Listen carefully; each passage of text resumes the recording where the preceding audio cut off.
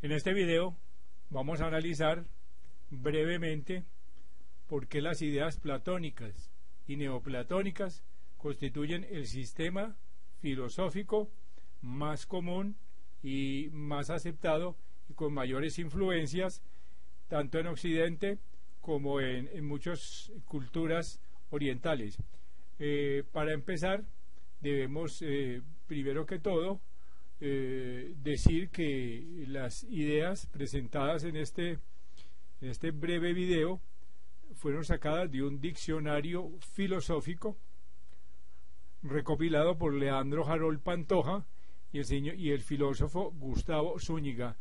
Las ideas platónicas son muy complejas para las personas que no son filósofos y han tenido una larga historia desde hace más de 2500 años. Así que vamos a tratar de resumir brevemente cuál ha sido esa trayectoria y cuáles son las principales ideas preconizadas por Platón. Dice así el mencionado diccionario filosófico: Platón vivió entre los años 428 y 347 a.C. Fue un filósofo griego nacido en Atenas, cuyo verdadero nombre era Aristócles, y recibió el sobrenombre de Platón debido al significado de este término, que en griego se interpretaba como el de espaldas anchas. Platón perteneció a una familia aristocrática en Atenas.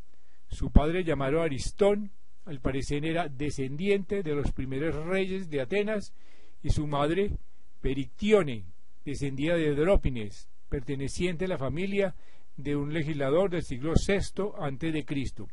En su juventud, Platón tuvo aspiraciones políticas, sufrió grandes desilusiones con los gobernantes de Atenas. Sin embargo, en su época de preparación, visitó muchos países del Asia y se dice que estuvo en Egipto estudiando toda la filosofía esotérica egipcia.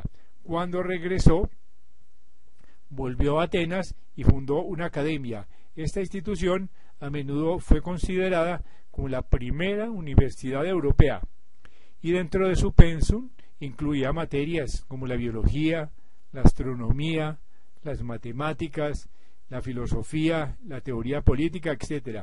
Y el alumno más destacado de Platón fue Aristóteles. Así pues, tenía varios métodos de enseñanza, pero el método específicamente dialéctico fue el más común, y en él examina las relaciones de las ideas entre sí, así como las capacidades de las distintas ideas de ponerse en conexión con otras o de rechazarlas según cierto tipo de reuniones. Así que las ideas constituían para Platón la única realidad verdadera. Él hablaba de un demiurgo, de un creador manifestado, que cuando no era manifestado era incognoscible, pero que cuando se manifestaba constituía, entre varias otras cosas, la mente universal. Esa mente universal pues tenía los prototipos de todas las ideas, de las cosas y de los seres existentes y por existir. Estas ideas siempre ofrecen en un respecto el mismo aspecto y por eso permite llamarlas con el mismo nombre. O sea, eran estables, pero refiriéndose en otro aspecto se dice que son susceptibles de combinación con otras ideas, formando así entidades complejas que posibilitan lo que se llama un discurso. Así que de esta manera Platón logra sintetizar dos corrientes antitéticas, que era la eleática de Parménides y la heráclita de Heráclito, en la medida en que sus ideas son siempre las mismas, es decir, que son inmóviles y pueden combinarse entre sí. De esta manera se logra hacer posible un discurso que no sea la mera repetición de que el ser es, como decía Parménides, y sin embargo sea inteligible. En este aspecto, el método y la doctrina de las ideas de Platón constituyen un intento de reglamentación del lenguaje, de la explicación de cómo y por qué el hombre habla y se entiende con los demás. y atendiendo posteriormente a los significados que los signos lingüísticos encierran. Así que para este filósofo, el saber equivale a recorrer con la mirada del alma los objetos o ideas que deben constituir la norma de todo discurso verdadero, de toda doctrina. Pero tal recorrido, tal conocimiento no puede llegar a improvisarse, ya que el alma puede encontrarse indispuesta debido a una caída en el ámbito sensible y mortal. Así que el ojo del cuerpo en este sentido constituye un obstáculo para ese saber, ya que puede permitir que ciertos objetos sensibles susciten una evocación de esas ideas cuya visión el alma ha olvidado y puede reganar mediante la reminiscencia, mediante la memoria.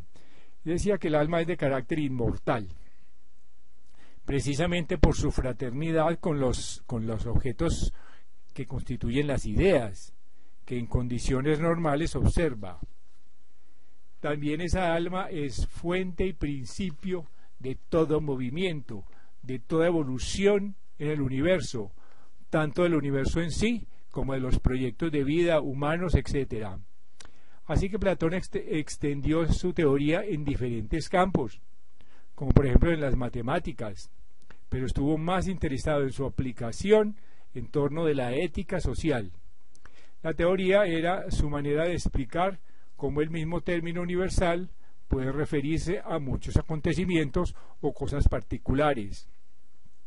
Así que una idea prototipo se puede aplicar a muchos aspectos de la ciencia y de la cultura. Por ejemplo, el término justicia, que es un universal, que es un prototipo de idea eterna, puede aplicarse a muchas acciones concretas, porque esos actos tienen algo en común y se parecen y participan a la idea que todos tenemos universal de lo que es justicia. Una persona sería humana porque participa de o porque se parece a la idea de la humanidad. Así que si definimos la humanidad en términos de un ser animal racional, por lo tanto podemos decir el discurso de que una persona es humana porque es racional. Y algún acto en particular puede considerarse valeroso o cobarde porque participa de esa idea, de ese adjetivo. Así que un objeto es hermoso porque participa de la idea de la belleza. Por otra razón, cada cosa en el mundo del espacio y del tiempo es lo que es en virtud de su parecido con una determinada idea o prototipo universal. La capacidad para definir el término universal es la prueba que se ha conseguido para dominar la idea a la que ese universal hace referencia. Así pues, él planteó una base para entender lo que es la ciencia y lo que son las filosofías. Posteriormente, estas ideas fueron abandonadas, vino un periodo de oscurantismo y volvieron a revivirse, digámoslo así, en Alejandría, en el año 300 después de Cristo, y han revivido después casi que cíclicamente en muchas otras partes y de Occidente. Así que estas ideas aparecieron después con lo que se llamó el neoplatonismo. Pero ¿qué fue el neoplatonismo? El platonismo viene, como ya dijimos, de las ideas de Platón. Y este nombre es aplicado al conjunto de todas las ideas, ya sean filosóficas, políticas, literarias, religiosas, éticas, culturales en general, inspiradas en el pensamiento de Platón. Sin embargo, se puede distinguir entre el platonismo de los discípulos inmediatos de Platón y un platonismo cultural, que ejerce influjo muy amplio, pero muy difuso, sobre áreas históricas y porciones geográficas enormes, y también en campos del saber muy distintos. Así que las doctrinas de Platón fueron discutidas y elaboradas en torno a su academia por sus discípulos más asiduos e inclusive disidentes, como era Aristóteles. Y antes de la disolución de la Academia Platónica tuvo tres fases. La primera prevaleció una interpretación de las ideas de Pitágoras y de las doctrinas pitagóricas y de las ideas que se emparentan con las doctrinas esotéricas de Platón acerca de las ideas números. Él explicaba pues el universo, el proyecto humano, etcétera, en términos prácticamente matemáticos, así como las estudiaba Aristóteles. Dentro de la segunda y tercera fase se observa que predominan interpretaciones escépticas, más eclécticas de su doctrina. Así que el platonismo cultural se puede distinguir en la influencia de Platón en muchas tradiciones diferentes. Por ejemplo, la tradición neoplatónica, de la que estamos hablando, influyó y tuvo una gran influencia en la tradición latina y medieval, debido a la traducción de algunos diálogos como la del Timeo por Cicerón, Calcidio y Macrobio, y la doctrina platónica de la realidad de las ideas, que promovió controversias en las universidades. Desde Boecio se advierte una de las preocupaciones dominantes de la filosofía medieval, o sea, el intento por conciliar las doctrinas de Platón y Aristóteles. Algunas otras doctrinas platónicas que provocan controversias en la escolástica, con su tesis de que el alma y el cuerpo constituyen sustancias completas y separadas. Tenía también la idea del alma del mundo, etc. Así que se advierte un esfuerzo por conciliar doctrinas platónicas con orientaciones y dogmas morales del cristianismo. También influyó en la tradición árabe, en la tradición judía y por último el platonismo renacentista, donde su centro principal fue la Academia Florentina, con el famoso filósofo Marsilio Ficino. Y por último se siente la influencia en la filosofía moderna, contemporánea, y como ya vamos a ver específicamente en la teosofía de Elena Blavatsky, que le dio ya no a las élites intelectuales de otras épocas, sino al público en general, todas las claves para decodificar los libros sagrados y entender por fin lo que es la filosofía. Pero sin embargo vamos a ver con un poco más de detalle lo que significó pues el neoplatonismo. Y como dice el mencionado diccionario filosófico, dice lo siguiente, que fue un movimiento filosófico religioso de la antigüedad tardía en los siglos III y IV, atribuido legendariamente en su origen a Amonio Sacas, pero fue fundado y en realidad el que dirigió este movimiento fue Plotino, y en él se fundan el platonismo, el pitagorismo y la doctrina de Filón de Alejandría, originándose así una nueva doctrina de carácter panlogista. Así que el neoplatonismo se caracteriza primero por la unidad como principio supremo. Lo único que tiene existencia real es la unidad, y todo lo que es diversidad es solo una ilusión. Segundo, la absoluta trascendencia, la incognoscibilidad del uno, del que emanan todas las cosas sin que el mismo se modifique o se agote. Tercero, el carácter necesario de esa emanación por identificación del uno con el bien platónico. Cuarto, todas las cosas son el mismo uno en un proceso de distensión, en un proceso de diversificación y atomización. Y quinto, el retorno al uno a través del éxtasis, o sea, la unidad se divide y luego retorna a sí misma, se expande y se contrae.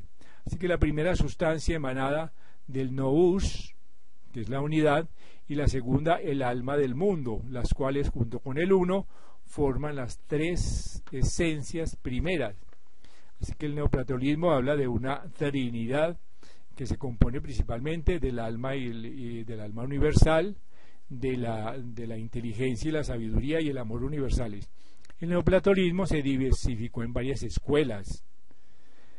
La de Plotino primero, con sus discípulos Amalio y Porfirio, luego otra en Atenas con Proclo y Simplicio, luego vino Alejandría con el obispo de Sinesio de Cirene, luego hubo otros muchos, hasta el año 400 aproximadamente, que en el occidente cristiano, pero la última escuela neoplatónica fue organizada por Proclo en Atenas y existió hasta el año 529 de nuestra era. Así pues que, para resumir, podemos decir que el neoplatonismo no solo revive el espíritu de la filosofía platónica, sino que la enriquece con doctrinas propias. Después del año 500 de nuestra era, pues vino la caída de Roma, el incendio de Alejandría, y Occidente entró en lo que todos conocen como un periodo enorme de oscuridad, hasta que, como ya mencionamos, en Florencia los Médicis patrocinaron pues una escuela de filosofía neoplatónica con Piccola, Mirandola, etcétera, etcétera, que ha seguido con muchos altibajos hasta nuestros días, cuando a finales del 800 un grupo de filósofos ingleses a la cabeza e hindúes a la cabeza de la filósofa rusa Elena Blavatsky publicaron el famoso libro de la doctrina secreta y todos los libros de la sociedad teosófica, que le entregaron al público estas doctrinas que anteriormente eran conocidas solo por unas élites intelectuales y sacerdotales. Así pues, el público de hoy ya puede conocer lo que es la ciencia y la filosofía comparadas de todas las culturas antiguas de la humanidad. Y eso fue un avance enorme en materia de la filosofía, porque la teosofía da las claves para comprender todos los libros sagrados de todas las religiones, llámese cristianismo, llámese el Sagrado Corán, llámese la Cábala, llámese los libros egipcios, hindúes, etcétera. Esos libros están encriptados y hay que conocer las claves para poder entenderlos. Esas claves son muchísimas, pero para resumir podemos dar las 7 claves principales. Primero, la clave teológica, que habla de las 7 cualidades de la divinidad. La clave cosmológica, que habla de las 7 etapas evolutivas del universo. La clave antropológica, por la cual es archifamosa la señora Elena Blavatsky en su libro Antropogénesis, y que explica las 7 etapas evolutivas del proyecto del universo. Está la clave astrológica, que son las influencias de los 7 principales planetas y del Sol en la humanidad. Está la clave fisiológica, está la clave geométrica, está la clave de la espiritualidad, que es la clave iniciática, las etapas evolutivas de la conciencia, etcétera, etcétera. Son muchísimas claves, pero ya están en poder del público, aunque eran perseguidas porque había muchísima censura y las doctrinas teosóficas circulaban para unas élites intelectuales. Hoy en día, gracias a la revolución del Internet, gracias a la democratización de la educación en todo el planeta, y sobre todo al fenómeno fabuloso de YouTube y de las redes sociales, todo este conocimiento filosófico, todos estos conocimientos científicos quedaron a un clic de distancia para toda la humanidad. Así que se han democratizado, se han universalizado, se han globalizado, y por eso es que se dice que la gran revolución del siglo XXI, de la era de Acuario, que sucedió a la era de Piscis, que era una era muy emocional, y ahora tenemos la era de Acuario, que es la era intelectual, la era de los conocimientos metafísicos, y por tanto repetimos que se dice que el gran misterio, el código secreto del siglo XXI y de los 2000 años que vienen es la unificación de los credos religiosos en todo el mundo, basados principalmente en el neoplatonismo, que es una síntesis de toda la filosofía universal.